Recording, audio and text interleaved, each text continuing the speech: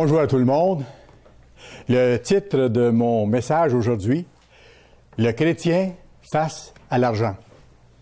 Ou bien, si vous préférez, notre rapport à l'argent en tant que chrétien et à nos finances personnelles. Vous allez voir que la Bible parle beaucoup de ça, de différentes façons. Et ça nous aide tous. Moi, le premier, je n'ai pas vraiment appris quand j'étais jeune, à administrer mes choses personnelles. Ça a été au cours de différentes expériences où j'ai reçu de l'aide pour apprendre ces choses-là, et je pense que c'est le cas d'à peu près tout le monde. C'est un peu une faille dans nos sociétés que de ne pas enseigner aux jeunes comment administrer leurs choses et comment établir leurs priorités. Alors, j'ai appris à travers ça, puis on a encore à apprendre.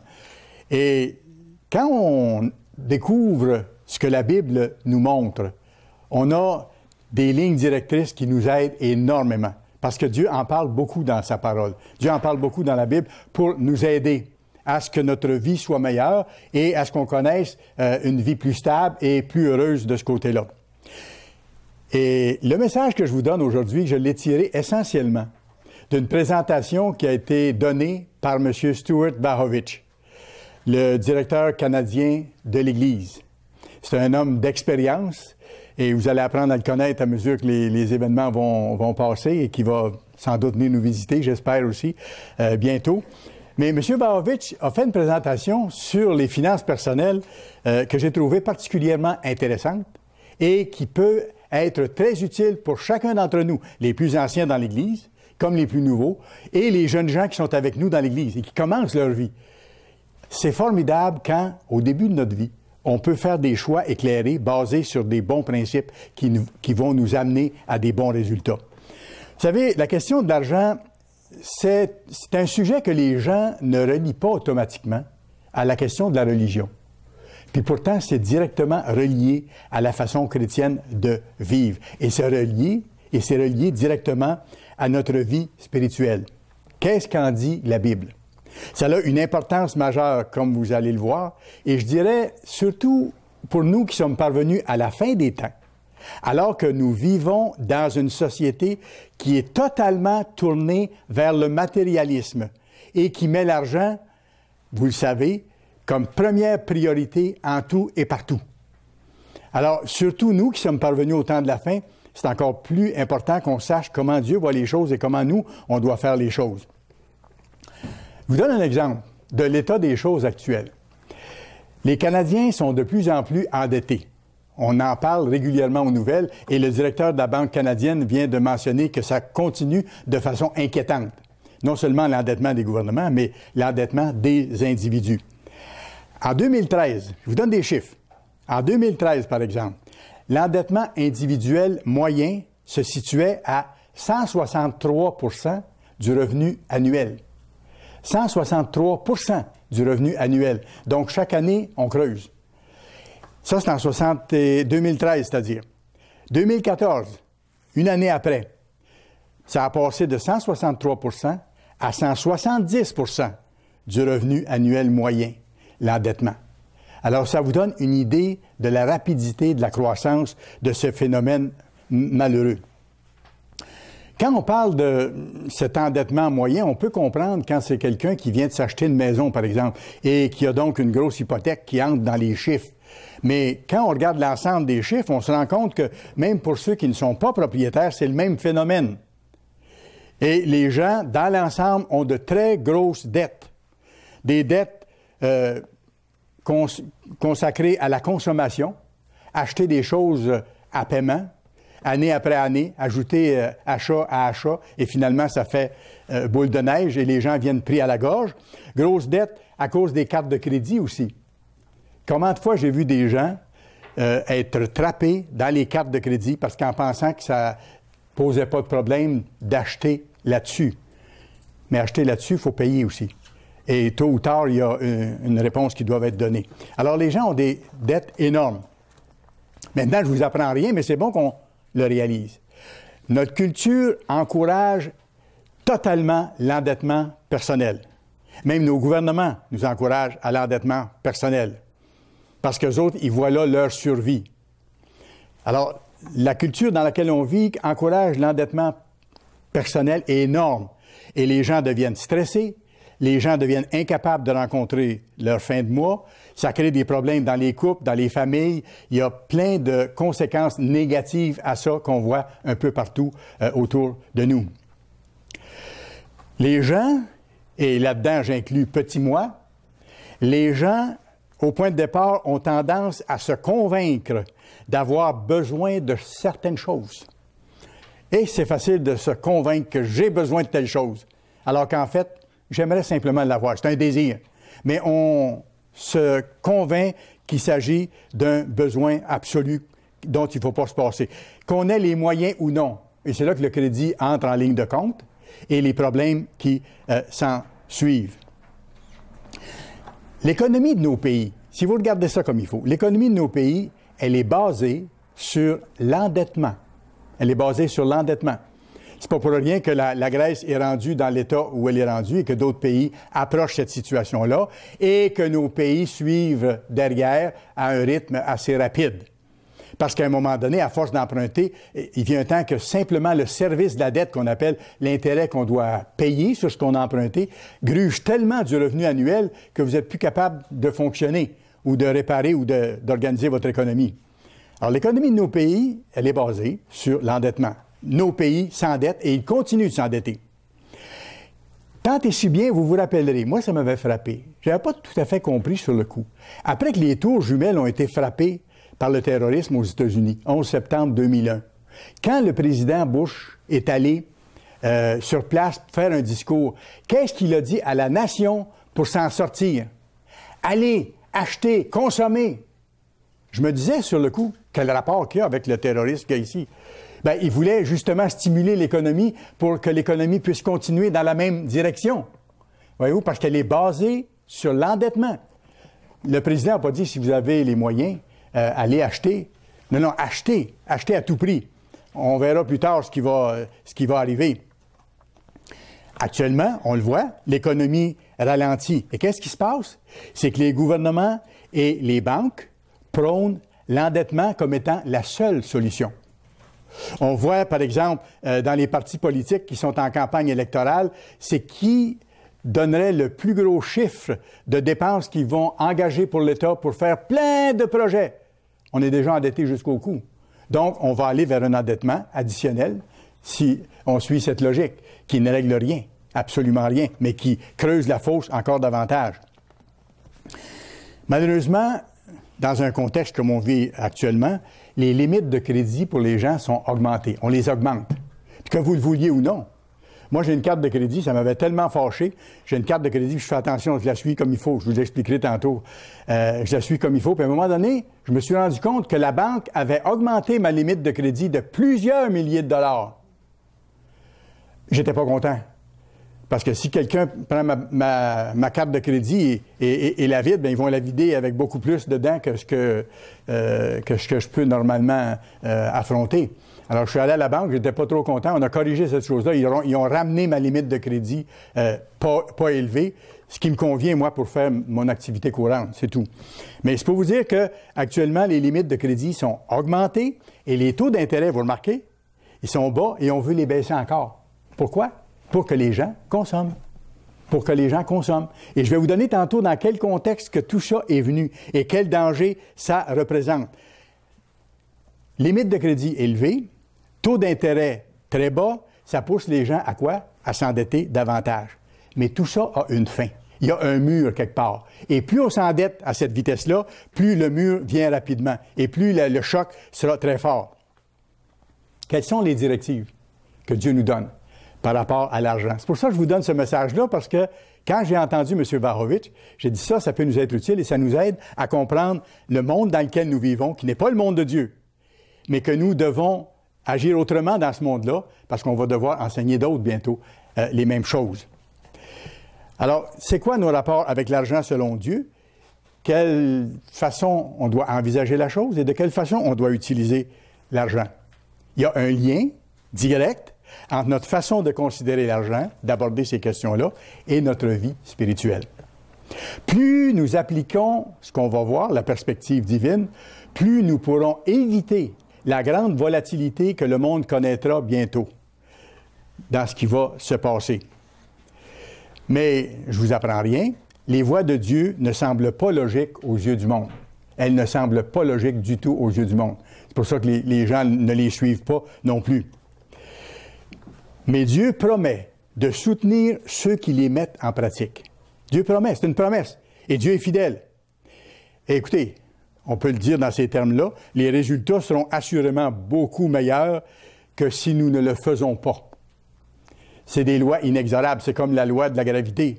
Je n'ai pas besoin de penser qu'elle existe ou non. Si je vais sur un édifice puis que je dépasse le toit, que je connaisse la loi ou non, je vais tomber et je risque de me tuer.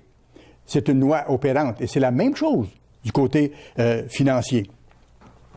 Aujourd'hui, on va voir quelques clés que Dieu donne aux humains pour qu'ils utilisent sagement les ressources que Dieu nous donne. Même si on n'a pas beaucoup de ressources. Je ne parle pas de quelqu'un qui a un grand budget à administrer, là. Même un jeune qui commence.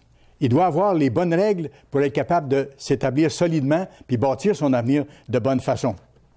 Dieu sait que l'argent est important pour les hommes. Il y a des études qui ont démontré clairement que c'est d'ailleurs une grande partie de la préoccupation des gens. Hein? Comment est-ce que je peux gagner? Est-ce que je peux gagner plus? Comment est-ce que je vais utiliser l'argent que j'ai? Comment est-ce que je dois l'administrer? Est-ce que je dois mettre de l'argent de côté? Toutes ces questions-là. Et ça occupe les gens. C'est normal. Écoutez, la Bible dit que tout ce qu'un homme fait, c'est pour sa bouche. Donc, toute notre activité, c'est pour organiser notre vie, la vie de nos enfants, nos descendants et tout ça. Alors, ça a rapport automatiquement avec la question financière. Peut-être que ça va vous surprendre. Mais dans la Bible, dans toute la Bible, d'un couvert à l'autre, il y a 800 passages environ qui se réfèrent à l'argent. Dans la Bible, il y a 800 passages qui se réfèrent à l'argent. Et seulement dans les Proverbes, il y a 130 passages qui parlent de l'argent. Alors, c'est évident dans ce sens-là que Dieu veut nous instruire à ce sujet-là. Et souvent, les gens ont des problèmes d'argent parce que c'est dû à des mauvaises décisions qu'ils ont prises, des décisions imprudentes, déraisonnables, ne connaissant pas comment fonctionner, ou suite à des impulsions, des décisions ou des achats sous impulsion. Et après, on est pris avec la décision qu'on a prise ou avec ce qu'on a signé. Ou certains problèmes d'argent sont dus à une mauvaise façon d'administrer, ou comme je mentionnais au début du sermon, à l'absence de connaissances concernant même comment faire un budget. Et c'est important de savoir comment faire un budget. C'est notre plan, ça, d'activité par rapport à ce qu'on gagne. Et le principe est toujours très, très simple. Il ne faut pas qu'il sorte plus d'argent qu'il en rentre. C'est aussi simple que ça. Et je me rappelle, mon père nous disait, c'est pas le montant qui rentre qui est important. C'est ce qui ne sort pas. Autrement dit, c'est la façon de gérer ce qu'on gagne qui est important. Quelqu'un peut gagner extrêmement cher. S'il dépense extrêmement plus qu'il gagne, il est en dessous. Quelqu'un peut gagner très peu, avoir un petit emploi, mais faire attention à ses finances et réussir à s'en mettre un peu de côté. Celui-là est dans une meilleure position que l'autre qui peut gagner 20 fois ou 50 fois plus, mais qui dépense beaucoup plus que ce qu'il gagne. Ça, c'est le principe le plus élémentaire, et on le retrouve dans toute la Bible aussi. Les proverbes sont écrits pour nous aider dans ce sens-là. On va en voir plusieurs aujourd'hui dans le message. Et vous allez voir, c'est fort, c'est intéressant, et c'est encourageant pour nous apprendre à développer la sagesse de Dieu dans nos comportements. Proverbe 1. Proverbe chapitre 1. Si vous avez un petit marqueur, vous pouvez le laisser dans votre Bible. On va revenir régulièrement au livre des Proverbes durant le message aujourd'hui. Verset 7. La crainte de l'Éternel est le commencement de la science. Ça, c'est notre base. La crainte de l'Éternel, c'est le commencement de la science ou de la compréhension, si vous voulez, comme c'est écrit dans la version du King James et dans l'original. Les insensés méprisent la sagesse et l'instruction. Qu'est-ce que c'est la crainte de Dieu? C'est non seulement croire que Dieu existe, mais croire ce qu'il nous dit de faire et lui obéir.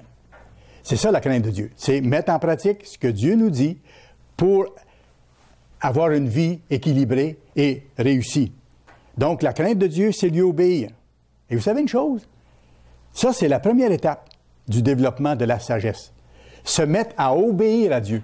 Croire ce qu'il dit dans la Bible au point de dire, moi, je le fais. Même si je ne comprends pas complètement, je le fais. Dieu dit qu'il donne son Saint-Esprit à ceux qui lui obéissent. Hein? Et souvent, dans ma vie, il a fallu que je commence par mettre en pratique certaines choses sans les comprendre, pour après recevoir la compréhension. Et c'est le cas de tout le monde. Alors, la crainte de Dieu, c'est lui obéir, c'est la première étape du développement de la sagesse. Et si vous y pensez, c'est un résumé du premier commandement de Dieu. De rien mettre à la place du vrai Dieu, de mettre Dieu en premier dans notre vie comme étant l'être le plus important, celui qui dirige notre vie. C'est le résumé du premier commandement, le fait de lui obéir. Et c'est en même temps, si on le définit autrement, le sentier à long terme pour avoir la paix d'esprit et avoir satisfaction dans ce qu'on fait, dans ce qu'on est, dans notre situation. Même si notre situation est difficile, on peut avoir une satisfaction. Mais le monde rejette ça. Le monde a ses propres objectifs et ses façons de faire. Et le monde s'en moque. Parce que, la plupart ne croient même pas à Dieu. Et ceux qui croient à Dieu ne croient pas ce qu'il dit. Et ils ne croient pas non plus ses promesses. Si on regarde tout de suite après, au verset 8, il dit ceci. « Écoute, mon fils, l'instruction de ton père, et ne rejette pas l'enseignement de ta mère. » Ici, il y a plus qui paraît au point de départ. C'est qui votre père? C'est Dieu. Si vous êtes des appelés de Dieu dans son Église, c'est qui votre mère? C'est l'Église. Vous êtes dans le sein de l'Église. Et vous êtes enseigné par qui? Par les serviteurs de Dieu qui vous transmettent ces enseignements pour vous aider à avoir une vie heureuse, plus équilibrée et pour vous préparer au monde qui s'en vient et à vos responsabilités. Formidable. Écoute, mon fils, l'instruction de ton père et ne rejette pas l'instruction de ta mère. Et verset 9, qu'est-ce qui va arriver? On aura de meilleures décisions et nous allons améliorer notre capacité de nous maîtriser si on s'en remet à Dieu. Car c'est une couronne de grâce pour ta tête et une parure pour ton cou. Proverbe 2, juste un peu plus loin. Proverbe 2, versets 1 à 4. Mon fils, si tu reçois mes paroles et si tu gardes avec toi mes préceptes, si tu rends ton oreille attentive à la sagesse et si tu inclines ton cœur à l'intelligence, à la compréhension, oui, si tu appelles la sagesse et si tu élèves ta voix vers l'intelligence pour essayer de comprendre le plus possible et vivre selon ces lois-là, et si tu la cherches comme l'argent, si tu la poursuis comme un trésor, autrement dit, si tu la cherches, cette sagesse-là, la façon d'agir selon Dieu, de tout ton cœur, réellement, qu'est-ce qui va arriver? Alors, tu comprendras la crainte de l'Éternel, parce que tu auras commencé à la mettre en pratique. Et tu trouveras la connaissance de Dieu, ou la compréhension de Dieu. Et plus vous allez faire ça, plus vous allez comprendre le caractère de Dieu. Et plus vous allez comprendre son plan et votre place dans ce plan-là. Notre réussite dans la vie en tant qu'appelé, en tant que serviteur de Dieu, elle est liée au fait d'écouter et de mettre en pratique les directives divines. Mais j'ajoute ceci parce que c'est important. Parce que les membres de l'Église ont un double défi. Le défi de savoir administrer correctement, d'accord. Mais le double défi vient du fait qu'eux sont la cible privilégiée de l'adversaire de Dieu qui veut contrecarrer le plan de Dieu. Alors, à qui est-ce qu'il s'en prend? Aux enfants de Dieu, à ceux que Dieu appelle maintenant. Alors, c'est pour ça qu'on a un double défi, parce que lui nous met des bâtons dans les roues de toutes sortes de façons, de toutes sortes de manières. Nous devenons sa cible. Mais ce qu'il faut savoir là-dedans, c'est que Dieu le permet. Dieu n'en est pas surpris. Dieu le permet parce qu'à travers ça, il est en train de nous entraîner pour devenir des rois et des enseignants dans le monde de demain. Et nous devons avoir passé par ces étapes-là pour prouver à Dieu notre loyauté, pour prouver à Dieu notre fidélité, que nous allons faire les bons choix, quelles que soient les circonstances. Quelles que soient les circonstances. Et que nous allons bien administrer les petites finances que Dieu nous donne. C'est encourageant de réaliser ça. Parce que Dieu nous prépare quelque chose de milliards de fois plus grand que ce qu'on peut imaginer et de milliards de fois plus grand que toutes les réalisations et tous les accomplissements humains. Mettez ça ensemble, tout ce que les êtres humains peuvent faire, physiquement, monétairement, n'importe quel projet. Ce que Dieu a en tête pour vous et pour moi, c'est de faire des choses à un niveau beaucoup plus grand et à une proportion beaucoup plus grande dans l'univers après le retour de Christ et après le 1000 ans et après le 100 ans. C'est fantastique, parce que ça, c'est la perspective que Dieu a en ce qui vous concerne et en ce qui me concerne. Alors, le principe clé, je reviens à ça, c'est notre premier commandement. Tu n'auras pas d'autre Dieu devant ma face. Et pas le Dieu argent non plus. l'argent doit passer en second. C'est très simple. Rien ne doit interférer entre moi et mon Dieu. Rien ne doit être plus important pour moi que Dieu et que ce qu'il me dit de faire. Tout dans ma vie doit être basé sur ça. Tous les aspects de ma vie. Pas seulement l'aspect financier dont je vous parle aujourd'hui, mais tous les aspects de notre vie. Et c'est graduellement qu'on arrive à le faire. Mais plus on le fait, plus Dieu nous bénit, il nous encourage et plus on avance en appliquant ses enseignements, y compris, dans ce sens-là, la loi de la dîme. Parce que c'est une loi très importante. C'est une règle financière de sécurité. On n'en sort pas. Mais quand vous parlez de ça au monde, à quelqu'un qui ne connaît pas les lois de Dieu et qui n'est pas appelé, c'est complètement illogique. Comment, dans le monde où on vit, alors que c'est tellement difficile d'arriver, comment donner 10 % de notre revenu net à Dieu alors que la situation est difficile? Dieu est au-dessus de tout ça. Pour lui, ce n'est pas un problème. Et ceux qui le font en reçoivent les bénédictions en conséquence. C'est des promesses infaillibles de Dieu. C'est illogique pour le monde, mais c'est pas pour rien que le monde se retrouve dans la situation que je vous ai décrite tantôt, avec les endettements qu'on a et où les gens frappent des murs de faillite, non seulement d'individus, mais maintenant de pays, parce qu'on n'a pas mis en pratique les lois de Dieu. Dans le monde à venir, ce sera complètement différent. Proverbe chapitre 3, on est presque là, verset 9. Dieu en premier. Honore l'Éternel. Comment? Avec tes biens. Donc, il parle ici d'argent encore, de la dîme. Honore l'Éternel avec tes biens, la dîme et les offrandes. Et avec les prémices, les premiers fruits de ton revenu, le premier 10 %. Et c'est tellement agréable quand on envoie l'argent à l'Église, quand on sait que c'est le premier montant sur notre revenu qu'on envoie à l'Église. Il y a une joie, ça, il y a un plaisir. Puis on sait qu'à cause de ça, d'autres vont être appelés, vont connaître la vérité et que l'œuvre s'accomplit pour la délivrance de l'humanité. Honore l'Éternel avec tes biens et avec les prémices de ton revenu. Formidable. Résultat, verset 10. Alors tes greniers seront remplis d'abondance et tes cuves regorgeront de mou. Maintenant, je vous précise quelque chose. Dieu va toujours prendre soin de nous, ça c'est sûr. Si on est fidèle dans ces choses-là, que notre situation soit pénible, moins pénible, abondante ou quoi que ce soit, Dieu va toujours nous donner les choses de base dont nous avons besoin. Et cette abondance-là dont il est question ici, ces richesses-là dont il est question ici, elles peuvent parfois être physiques, matérielles, mais ce n'est pas toujours le cas. Ça peut être aussi en connaissance de Dieu, découverte de la vérité, appréciation. Ça peut être en paix d'esprit.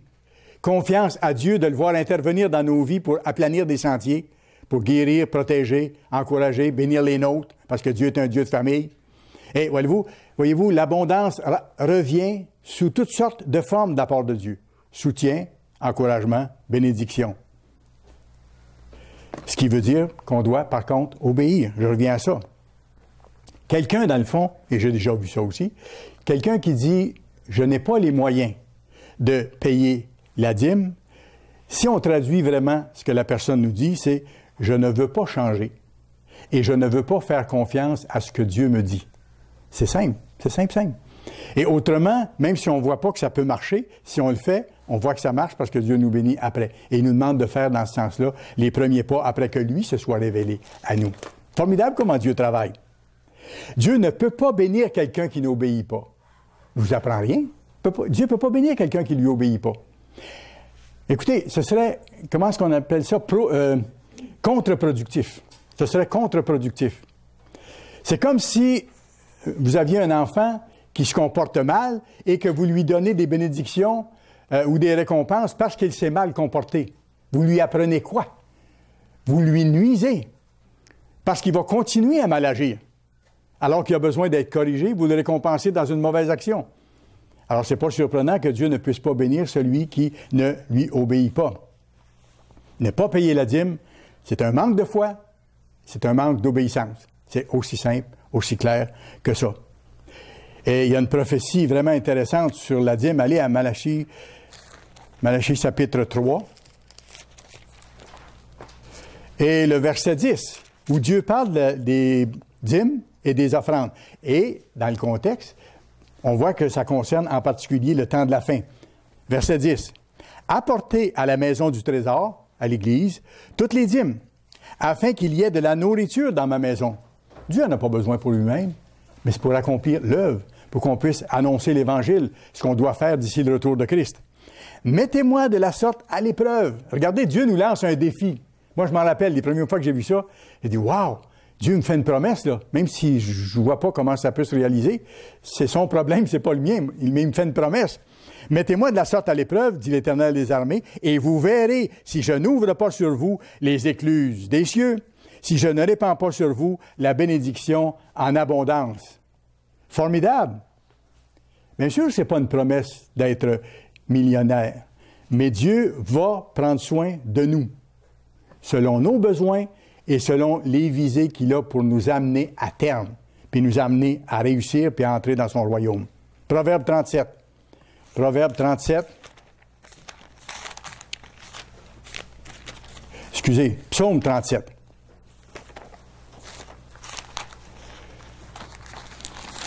Psaume 37 et le verset 25. C'est David qui parle. Il dit, j'ai été jeune, j'ai vieilli. Ça veut dire j'ai pris d'expérience. J'ai regardé ce qui se passait autour de moi. J'ai été jeune, j'ai vieilli. Je n'ai point vu le juste abandonné. Celui qui pratique la justice de Dieu. Même s'il n'est pas parfait, mais il s'applique à le faire. Il dit, j'ai jamais vu quelqu'un pratiquer la justice de Dieu, s'efforcer de le faire puis être abandonné par Dieu. Quel encouragement extraordinaire. Mais ça va beaucoup plus loin que ça. Vous allez voir à quel point la promesse est précieuse. Rappelez-vous, Dieu est un Dieu de famille. Ni sa postérité mendiant son pain. Ni sa postérité mendiant son pain. C'est précieux, cette promesse-là.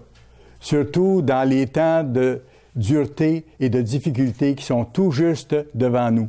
Dieu est un Dieu de famille et Dieu dit, je n'abandonne pas le juste ni sa postérité. Premier principe, mettre Dieu en premier dans toutes choses. Rapidement, on va voir maintenant comment appliquer ça. On va voir 7 aspects de bonne administration financière, bonne gestion financière. Devenir, par exemple, un employé précieux et irremplaçable pour notre patron. Tout le monde, ou à peu près, on a un patron. De toute façon, on a un patron spirituellement aussi. Il faut faire les choses au mieux en ce qui le concerne, en ce qui concerne Dieu.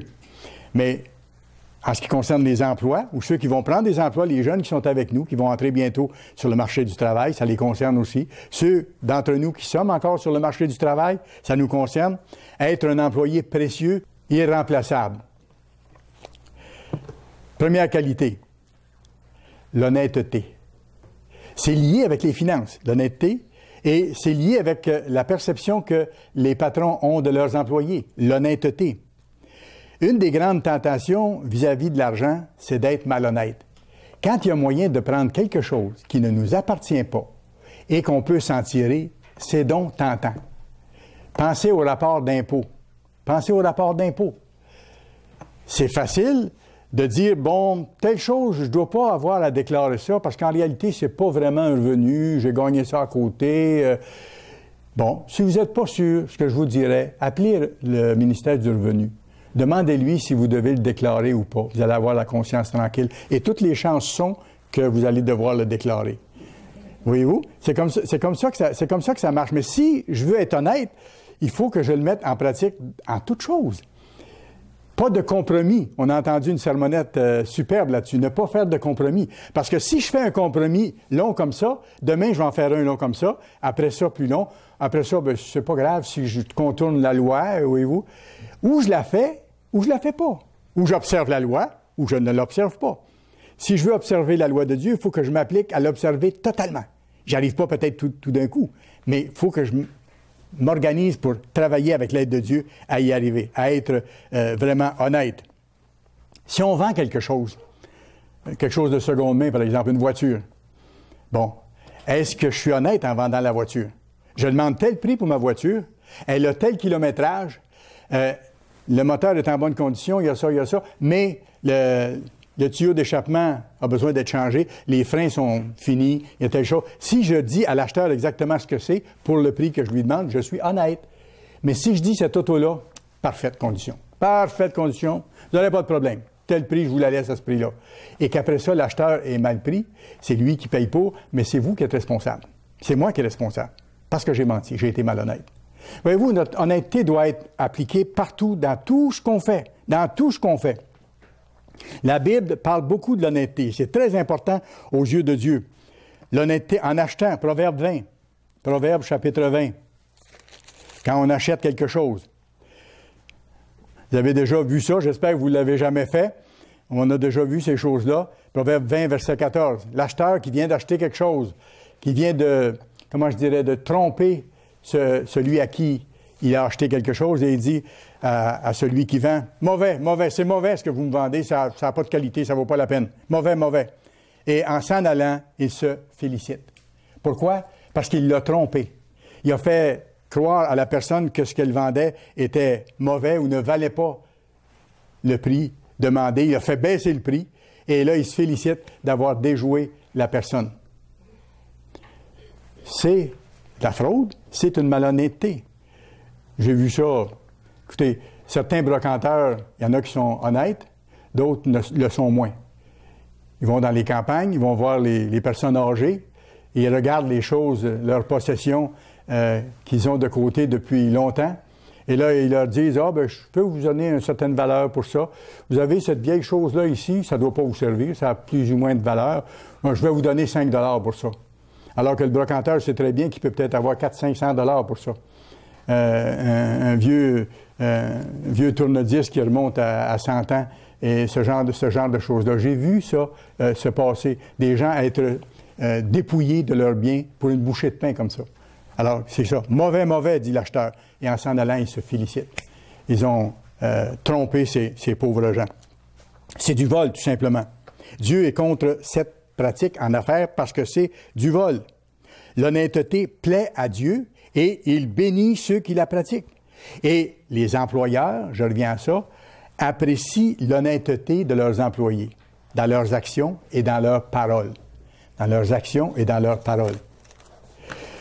Le monde en général, lui, la société autour de nous, elle essaie de faire croire que la malhonnêteté, elle est bonne. Ils font croire que la malhonnêteté, elle est utile. Et certains s'en tirent très bien. Mais nous, on ne doit pas faire comme eux. C'est ça, parce qu'on est différent. On représente une autre culture tout à fait différente. Deuxième principe, se fixer des buts selon Dieu. Le premier principe, on a vu l'honnêteté. Deuxièmement, se fixer des buts selon Dieu. Et il en faut concernant nos finances. Il faut faire les choses pour les bonnes raisons, de la bonne façon. Et là, on réussit. Les jeunes, par exemple, qui sont en préparation, qui sont aux études, ils doivent aller chercher des compétences. On doit leur montrer qu'ils ne doivent pas s'attendre à ce que tout leur tombe tout cuit dans le bec et qu'ils aient un gros salaire en commençant et qu'ils réussissent dans n'importe quoi sans d'abord s'être bien préparés. Il faut qu'ils aillent à l'école, qu'ils travaillent durement à l'école et qu'ils aillent chercher des compétences. Et en même temps, se bâtir une bonne réputation. Que les gens autour voient que c'est des personnes honnêtes. Que les jeunes le sachent ou non, ça se sait, ça se voit, ça se vit. Et ça devient une carte de visite ensuite. Et plus les jeunes le font, plus ils vont être remarqués à travers des autres. Et moi, je conseille aux jeunes qui sont en recherche de quel domaine ils vont aller, de choisir un domaine qui offre des bonnes possibilités d'emploi. Que ce soit dans les carrières libérales comme professionnelles ou que ce soit dans les métiers. Il y a des très belles carrières dans les métiers. Et on en a besoin énormément. Il y a des domaines où ils sont en pénurie de main-d'œuvre et on prévoit que pour plusieurs années, ils seront encore en pénurie de main-d'œuvre. Alors moi, j'encourage les jeunes à choisir dans ces domaines-là une carrière où ils pourront bien gagner leur vie et où il y a de la demande suffisamment. Proverbe 22, on est tout proche, Proverbe 22 et le verset 29. Quand on s'est bien préparé, quand on est honnête, qu'on donne une bonne journée de travail, il dit, si tu vois un homme habile dans son ouvrage, ou une femme, une personne habile dans son ouvrage, elle se tient auprès des rois. Pourquoi il dit ça comme ça?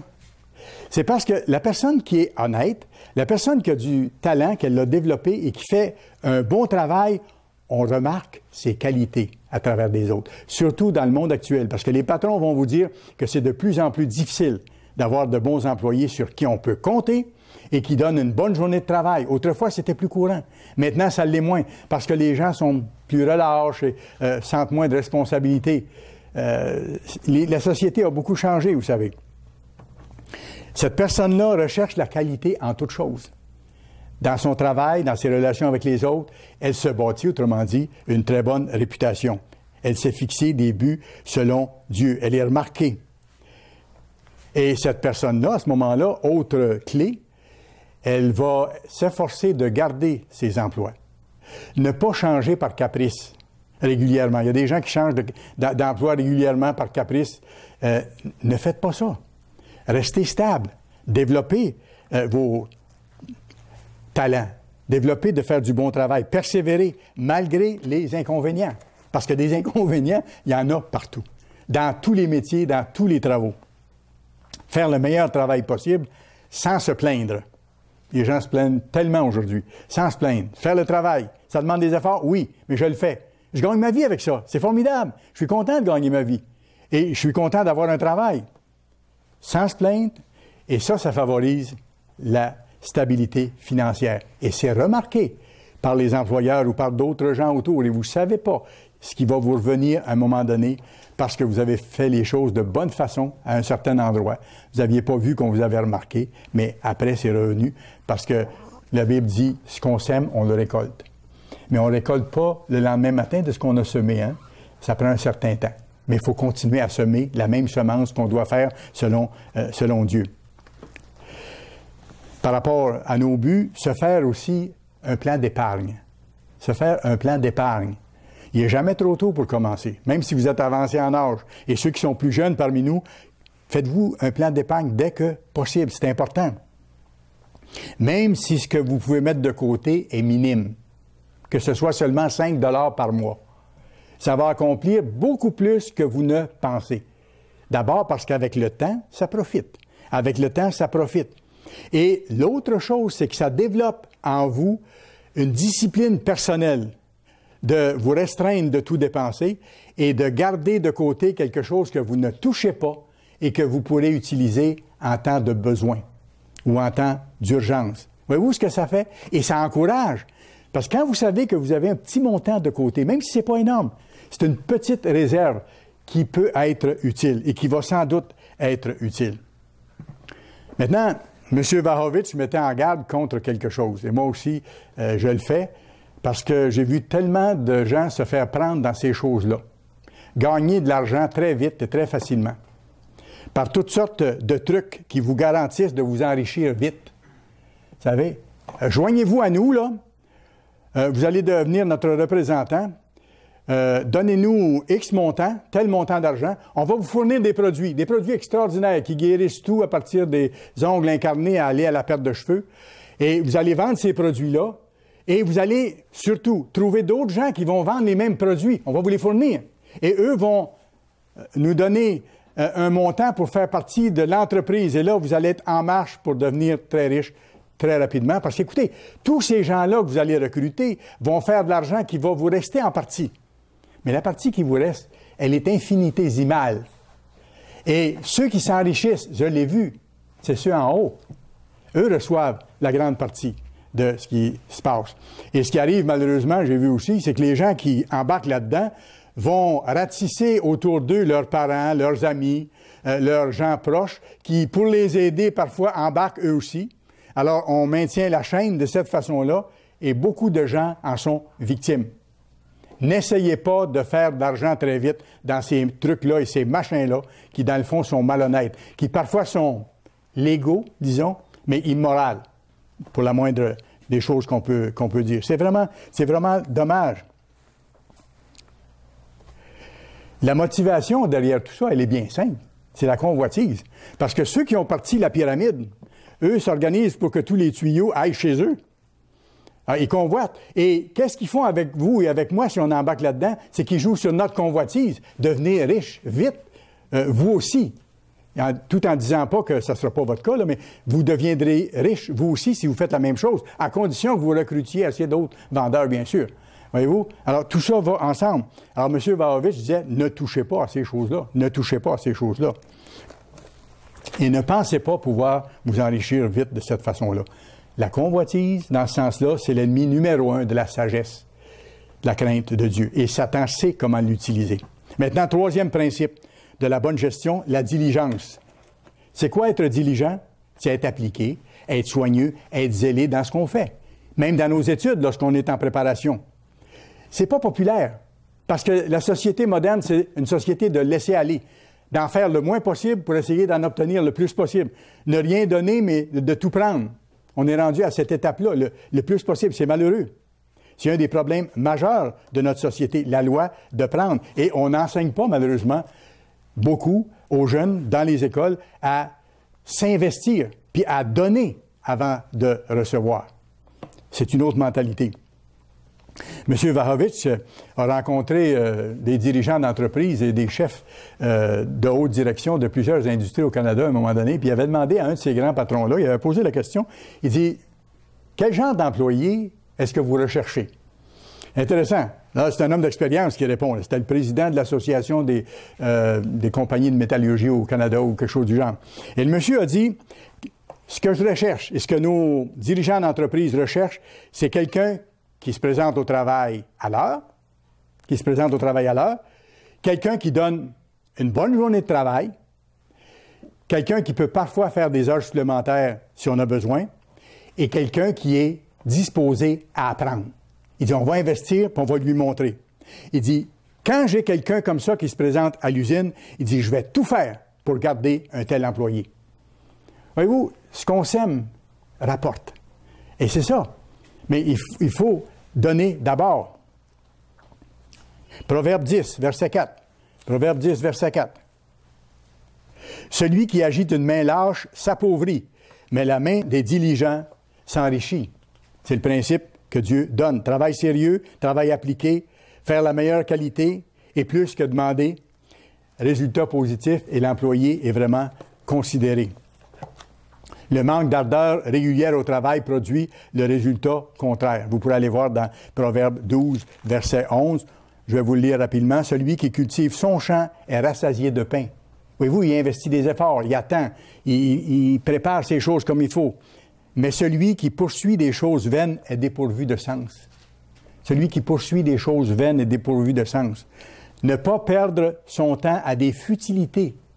Constamment à être à la télévision ou sur Internet ou sur iPad ou iPhone ou Facebook ou Twitter, c'est pas là que vous allez développer des talents, c'est pas là que vous allez développer une personnalité, ni non plus développer une situation financière stable et solide. Absolument pas. Travailler plutôt que de rêvasser, plutôt que de chercher à devenir riche très vite ou de regarder constamment l'herbe sur le territoire du voisin qui est plus verte que chez nous. Ça ne produit pas de bons résultats. Proverbe 13, verset 4. L'âme du paresseux a des désirs qu'il ne peut satisfaire. Voyez-vous, celui qui ne s'efforce pas de travailler ou qui rêvasse au travail, il a des désirs, il va avoir tellement de choses, mais il ne travaille pas pour. C'est ça. Il prend du temps, il prend de l'énergie pour désirer des choses qu'il ne pourra pas se payer, sinon à crédit, et pour s'embourber davantage dans une situation qui est déjà difficile. Je vous décris ce qui arrive dans beaucoup de cas, malheureusement. L'âme du paresseux a des désirs qu'il ne peut satisfaire, mais l'âme des hommes diligents sera rassasiée. Oui, parce qu'on atteint des résultats à ce moment-là. Pas seulement désirer des choses, mais travailler d'abord. Et ensuite, avec le produit de notre travail, là, s'acheter des choses et pouvoir vraiment les apprécier. J'aimais mes parents, puis beaucoup de gens de cette génération-là, puis encore un certain nombre le font aujourd'hui, qui ont gardé le même principe, mais c'est pas un grand nombre. D'abord avoir l'argent avant d'acheter quelque chose. D'abord avoir l'argent avant d'acheter quelque chose. Ça, c'est un principe de sécurité financière extraordinaire. Et là, après, on apprécie la chose qu'on a. Parce que quand elle arrive chez nous, elle est déjà payée. Il n'y a pas d'inquiétude à y avoir. Voyez-vous? On peut vraiment en jouir. Il y a un grand profit à ça. Et tout travail, comme Dieu dit, procure un profit, un avantage. Ça procure un avantage. Proverbe 14, verset 4, juste un peu plus loin. Proverbe 14, verset 4. S'il n'y a pas de bœuf, la crèche est vide. C'est à la vigueur des bœufs qu'on doit l'abondance des revenus. Pour nous, ça fait curieux de lire ce passage-là parce qu'on n'est pas dans une situation agraire comme c'était à l'époque. Mais à l'époque, il fallait qu'ils aient des bœufs. Parce que s'ils n'avaient pas de bœufs, ils ne pouvaient pas labourer. Il fallait avoir des bœufs pour labourer. Alors, c'est une bénédiction que d'avoir des bœufs. Mais il faut accepter les inconvénients qui viennent avec et les exigences qui viennent avec. Parce que pour avoir des bœufs pour travailler, il faut les nourrir, il faut les soigner, il faut en avoir soin, il faut les dresser, il faut les nettoyer aussi. J'ai fait ça pendant longtemps. Et c'est pas agréable nécessairement et ça sent pas nécessairement bon. Mais c'est un gros travail. J'ai fait ça à l'époque avec à la pelle, là. Et on mettait ça dans une brouette qu'on sortait à l'extérieur de l'étable et on versait ça dehors. Et là, on avait le plaisir de la pelleter une seconde fois parce qu'il fallait étendre la chose pour être capable de continuer à en mettre par la suite. Quand c'était en plus à moins 25 ou moins 30 ou moins 35 à l'extérieur et qu'il y avait un vent nordais qui vous arrivait sur le côté du visage, on peut peut-être appeler ça des inconvénients au travail, voyez-vous?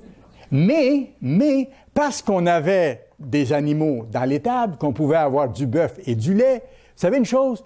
On pouvait vivre. On n'était pas dans une surabondance, mais on pouvait vivre. Alors, il faut accepter les inconvénients qui viennent avec tout travail et même l'apprécier. Il y a des conséquences au manque de diligence et il y a des conséquences lorsqu'on est diligent. Proverbe 24, verset 30. Proverbe 24, verset 30. J'ai passé près du champ d'un paresseux et près de la vigne d'un homme dépourvu de sens. Et voici, les épines y croissaient partout. Les ronces y couvraient la surface et ainsi de suite. Et regardez plus tard, verset 33, un peu de sommeil, un peu d'assoupissement, un peu croiser les mains pour dormir, et la pauvreté te surprendra comme un rôdeur et la disette comme un homme en armes. Alors, on ne peut pas rester inactif et penser que les choses vont nous arriver comme par miracle. Au contraire, qu'est-ce que la Bible dit? Ecclésiaste 9, verset 10. Dieu nous dit, ce que ta main trouve à faire, fais-le avec ta force. Donc, vas-y avec cœur dans tout ce que tu fais, dans tes études, dans tes recherches, dans ton premier emploi, dans l'emploi que tu occupes maintenant, mais de donner le meilleur rendement possible sans critiquer, d'aller au mieux, de faire au mieux et de passer à travers les exigences ou les inconvénients. Dieu veut que nous travaillions bien, que nous fassions des efforts soutenus dans des bonnes conditions, comme parfois dans des conditions plus difficiles. Et si vous regardez, c'est le même principe spirituellement. Travail, effort, persévérance, appliquer les lois de Dieu. Et c'est exigeant, parfois même dans l'opposition. Quatrièmement, comment prendre de bonnes décisions financières? La Bible nous dit d'être prudent, de ne pas suivre nos impulsions. Vous savez, le marketing moderne vise à créer, à susciter chez vous une réponse rapide, une réponse impulsive. On nous dit, regardez la chose, pensez peu, sortez votre porte-monnaie. Ce que Dieu nous dit, regardez, pensez, retirez-vous, pensez encore. Ai-je vraiment besoin de ça ou si je peux vivre sans ça? Puis deuxièmement, si j'en ai absolument besoin, est-ce que j'ai vraiment les moyens ou non? Et là, je peux prendre une décision éclairée. C'est pour ça que la Bible dit dans Proverbe 4, verset 26, « Considère le chemin par où tu passes. Considère, examine, pense-y, réfléchis. N'agis pas sur impulsion. » Une autre chose à éviter, la caution, répondre financièrement pour quelqu'un d'autre. Cette fois, la Bible nous avertit de ne pas cautionner une autre personne, de ne pas répondre financièrement pour cette personne-là. Proverbe 11, verset 15. Proverbe 11 et le verset 15. « Celui qui cautionne autrui s'en trouve mal, mais celui qui craint de s'engager est en sécurité. » Parce qu'une fois que vous avez apposé votre signature, comme de quoi vous allez répondre ou vous allez payer l'emprunt que la personne a contracté, s'il ne la paie pas, c'est vous qui allez la payer automatiquement.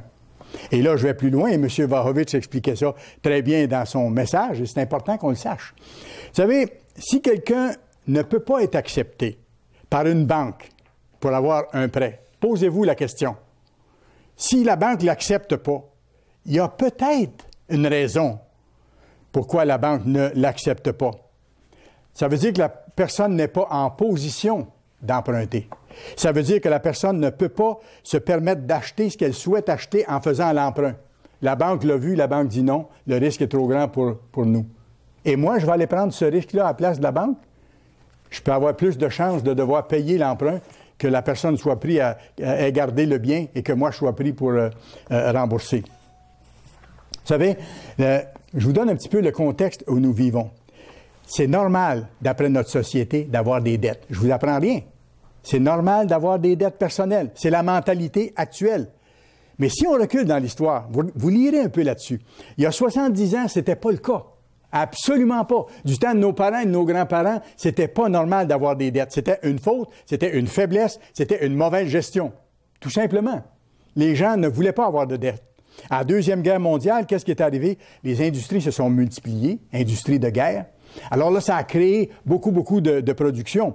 Mais après la Deuxième Guerre, la société a voulu continuer de produire, non pas des biens de guerre, mais des biens de consommation. OK, on a continué à rouler à plein régime et même à augmenter, mais là, c'était plus des biens de guerre qu'on produisait en premier, mais des biens de consommation. D'ailleurs, je vous mentionne que le mot « bien de consommation » n'existait même pas. Les biens de consommation, vous vérifierez, ça n'existait même pas à l'époque. Les gens n'achetaient que strictement ce dont ils avaient vraiment besoin. Ça, je me rappelle de ça, j'ai vu ça. Ils achetaient seulement ce dont ils avaient besoin. Mais après, on leur a dit, vous pouvez acheter plus. Il s'agit d'acheter à crédit. Vous allez avoir tout de suite ce que vous désirez, et puis vous le payerez plus tard. Vous allez pouvoir rencontrer vos paiements. C'est ce que la Chine fait actuellement. Et elle augmente beaucoup son endettement. Mais il y a un mur. Il y a un mur qui s'en vient. Vers la fin des années 50, la consommation a encore diminué. Qu'est-ce qu'on a fait dans les années 60, début des années 60? Là, les banques ont ouvert le crédit personnel. Avant, les banques ne prêtaient pratiquement pas. Moi, j'ai connu des gens qui avaient déjà une maison et qui étaient allés à la banque pour acheter une deuxième maison. Il y avait un peu d'argent, il y avait déjà une propriété, et la banque a refusé. Là, je vous parle des fins des années 50, autour des années 50. Le crédit personnel était très limité, très restrictif. Alors, début des années 70, la consommation a diminué encore. Alors là, ils ont eu une nouvelle idée pour activer la consommation. Ils ont commencé à mettre sur le marché les cartes de crédit. Ça n'a pas toujours existé. Les jeunes qui arrivent aujourd'hui pensent que les cartes de crédit, ça a toujours existé depuis l'âge de Noé, même un peu avant. Mais c'est pas le cas. C'est quand même assez récent que les cartes de crédit existent. Mais c'était pourquoi? C'était pour stimuler la consommation. Mais qu'est-ce que ça a fait? C'est que ça a augmenté encore l'endettement des gens. Et aujourd'hui, j'ai vu ça, et c'est tellement malheureux. Les banques courent après, par exemple, les jeunes étudiants pour leur offrir des cartes de crédit, même s'ils n'ont aucune base de crédit valable.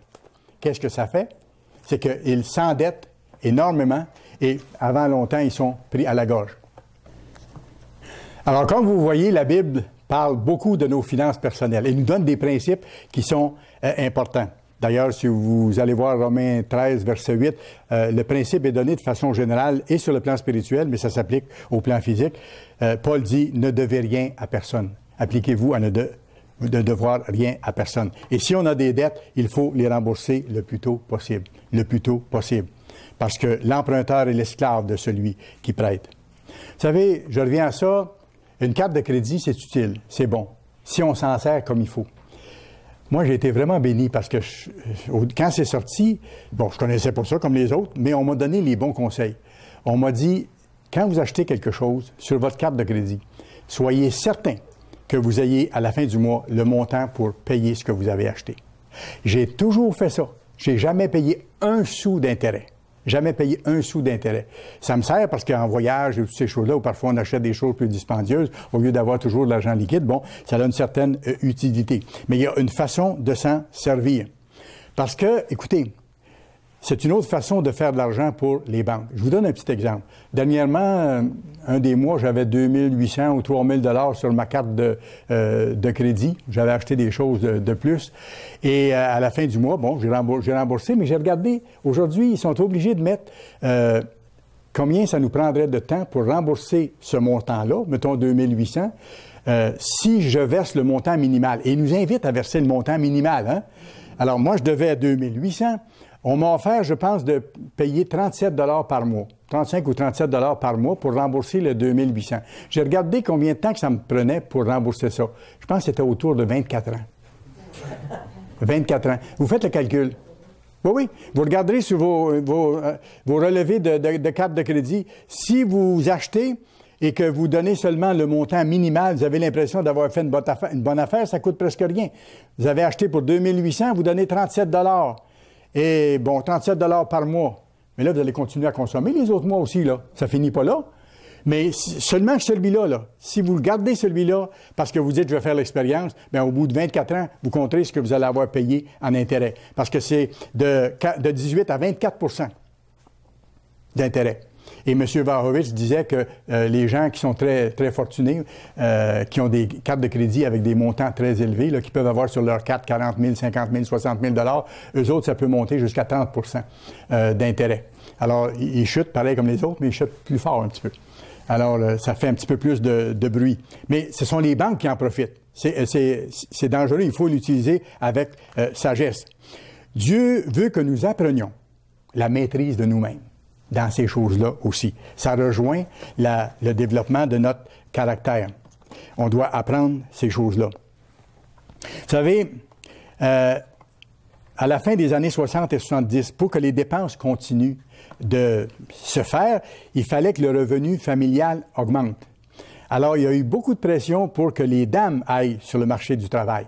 Et avec le temps, c'est devenu une nécessité. Et pratiquement tout le monde aujourd'hui, les deux sont pratiquement obligés de travailler. Parce que les prix, à ce moment-là, à cause de tout ça, à cause de la consommation et tout, ont augmenté de façon énorme. Et ce qu'on remarque quand on fait le calcul, c'est que les gens ne sont pas plus avancés là qu'ils l'étaient avant. Et parfois, ils sont moins avancés, ils sont plus reculés, financièrement parlant, dans une position plus instable, plus difficile. Je donne un exemple que M. Vlahovic a donné. En 1966, en Alberta, dans la ville d'Edmonton, une maison moyenne de 3 chambres à coucher. Prix moyen, 1966, 17 000 $. En 2015, la même maison, 3 chambres à coucher, 500 000 $. Elle coûtait 17 000 $, là, elle coûte 500 000 $. Une augmentation de 2800 %. Pendant ce temps-là, de 1966 à aujourd'hui, les salaires ont monté comment? Ils ont augmenté de 900 % seulement par rapport à 2800 % d'augmentation de la valeur des maisons. Donc, le prix d'une maison a augmenté 3 fois plus que le salaire moyen. Ça veut dire des hypothèques énormes, énormes. C'est ça. Mais il faut faire attention aux choses. Est-ce que j'ai besoin? Est-ce que je peux me permettre? Est-ce que j'embarque là-dedans? Je trouvais ça intéressant. M. Vlahovic, il dit, ça m'a surpris parce qu'il dit, j'ai réalisé à un moment donné, dans le stationnement où il travaille, c'est un patron d'entreprise, il dit, ma secrétaire avait une BMW neuve, puis il dit, une autre employée de bureau avait, qu'est-ce qu'il mentionnait? C'était une Lexus neuve. Ouais, une Lexus neuve. Il dit, moi, j'ai une vieille Buick de 10 ans qui a 200 000 km. Il dit, elle fait mon affaire, puis je la garde parce qu'elle me rapporte, elle me coûte pas cher et je peux vivre avec, je peux aller où j'ai besoin d'aller. Voyez-vous, il y a toute une différence, là. Donc, il y a des gens qui vivent à l'extrémité de leur limite de crédit, pour ainsi dire. Alors, il faut faire attention à notre comportement là-dedans. La richesse est trompeuse, vous allez voir. Proverbe 23, verset 4. Proverbe 23, verset 4. Les richesses sont trompeuses, il faut faire attention avec. Ne te tourmente pas pour t'enrichir et ne t'applique pas pour y arriver. Veux-tu poursuivre du regard ce qui va disparaître? Car la richesse se fait des ailes. Et c'est passager. Absolument. Proverbe 30, verset 8. Regardez ce qu'on doit demander à Dieu. Moi, j'ai aimé cette prière-là que David fait. Proverbe 30 et le verset 8. Éloigne de moi la fausseté et la parole mensongère. Dieu se fait demander ça par David. David dit, ne me donne ni pauvreté, ni richesse. Accorde-moi le pain qui m'est nécessaire. Donc, pas d'extrême. Aide-moi, Dieu, à avoir une vie équilibrée dans ces choses-là. M. Vlahovic continue en disant, ne laissez pas la convoitise vous gagner en ce qui a trait à la loterie, en ce qui a trait au gambling, en ce qui a trait au casino. Parce que les gagnants, ce sont les gouvernements et les casinos. Tout est calculé d'avance et ce n'est pas la façon divine de faire les choses. Dieu veut qu'on bâtisse les choses graduellement. Et moi, je sais par expérience personnelle, parce que j'ai connu des gens qui ont remporté déjà des gros montants, et la fin n'a pas été très, très heureuse. Parfois, ça a été comme un tsunami qui a bouleversé toute la famille et les autres membres de la famille en ont voulu à ceux qui avaient gagné parce qu'ils ne leur en donnaient pas une grosse partie ou qu'ils ne leur en donnaient pas, et ainsi de suite. Et ils ont perdu les membres de leur famille, dans bien des cas, leurs amis. J'ai un ami qui avait gagné et à un moment donné, il voulait continuer sa vie normale et travailler, mais les autres travailleurs à l'usine se sont mis à rire de lui puis à se moquer. Puis, alors, il n'a pas pu rester au travail même pour continuer une vie normale. Alors, c'est pas la façon de Dieu de procéder. Septièmement, la générosité. Cinquièmement, c'est notre comportement, donc par rapport aux richesses. Septièmement, la générosité, qui est un trait de caractère de Dieu. Avec les biens que Dieu nous donne, il faut être généreux. Et ça permet à Dieu de nous bénir. Si je paye la dîme, si je suis généreux dans mes offrandes, si j'aide ceux qui ont besoin autour, dans ma famille spirituelle, dans ma famille physique, Dieu nous bénit, Dieu le voit. Et la générosité, c'est pas nécessairement financièrement tout le temps. Ça peut être financièrement, mais ça peut être un sourire, ça peut être d'inviter quelqu'un à prendre un café, ça peut être d'aller le visiter, ça peut être la miséricorde, ça peut être un coup de téléphone. Toutes ces choses-là. Dieu nous enseigne ces principes-là, dont je vous ai parlé. L'honnêteté, se fixer des buts selon Dieu, une bonne éthique de travail, prendre des bonnes décisions financières selon Dieu, être généreux, éliminer les dettes, et prudence dans nos achats. Et si on fait ça, ça devient un abri que Dieu nous donne. Proverbe 10. Proverbe 10. 2 derniers versets rapidement. Proverbe chapitre 10, versets 2 et 3. L'Éternel ne laisse pas le juste souffrir de la faim. Encore une promesse en rapport avec notre façon d'utiliser, selon Dieu, l'argent qu'il nous donne. L'Éternel ne laisse pas le juste souffrir de la faim, mais il repousse l'avidité des méchants. Proverbe 15. Proverbe 15, juste un peu plus loin, un dernier passage, versets 16 et 17. Mieux vaut peu avec la crainte de l'Éternel qu'un grand trésor avec le trouble. Mieux vaut de l'herbe pour nourriture où règne l'amour qu'un bœuf engraissé si la haine est là. Voyez-vous? Voilà la chose qu'on peut demander à Dieu. Ne me donne ni grande richesse ni pauvreté. Donne-moi ce que toi tu juges que je peux manipuler, manœuvrer et avec laquelle je peux apprendre à être généreux et à me rendre au royaume. On doit s'appliquer maintenant à comprendre et à mettre en pratique les lois divines parce que ça nous prépare à très bientôt, je vous le rappelle, ça nous prépare très bientôt à devoir enseigner ces mêmes principes-là à un monde qui va sortir d'un contexte qui va avoir explosé totalement et où les gens auront absolument besoin d'apprendre les règles de base en toutes choses. Que ce soit dans la vie familiale, que ce soit en hygiène, que ce soit en administration financière, dans tous les domaines de la vie. C'est pour ça que je vous ai donné le message aujourd'hui à partir de ce que M. Warovitch nous avait montré, parce que c'est un des aspects de la vie qui est important, non seulement pour nous, mais ce qu'on va pouvoir donner aux autres dans le monde à venir.